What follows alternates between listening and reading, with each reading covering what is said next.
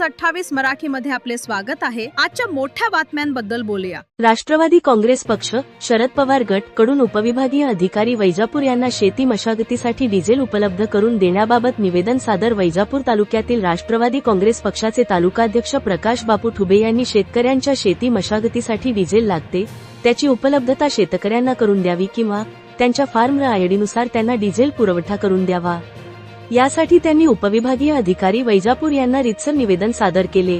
यावेळी राष्ट्रवादी काँग्रेस पक्षाचे तालुका अध्यक्ष प्रकाश बापू ठुबे, रामेश्वर बोडखे, सागर मोटे, रामकृष्ण ठेंग यांची उपस्थिती होती। शेतकऱ्याला शेतीच्या मशागतीसाठी अत्यावश्यक असलेले इंधन डिझेलचा सध्या तुटवडा भासत आहे। काही ठिकाणी डिझेलचा काळाबाजार केला जात आहे। हा काळाबाजार थांबून खरीप हंगामाच्या पूर्वतयारीसाठी शेतकऱ्याला पेट्रोल पंपावर डिझेल देण्यास प्राधान्यक्रम द्यावा।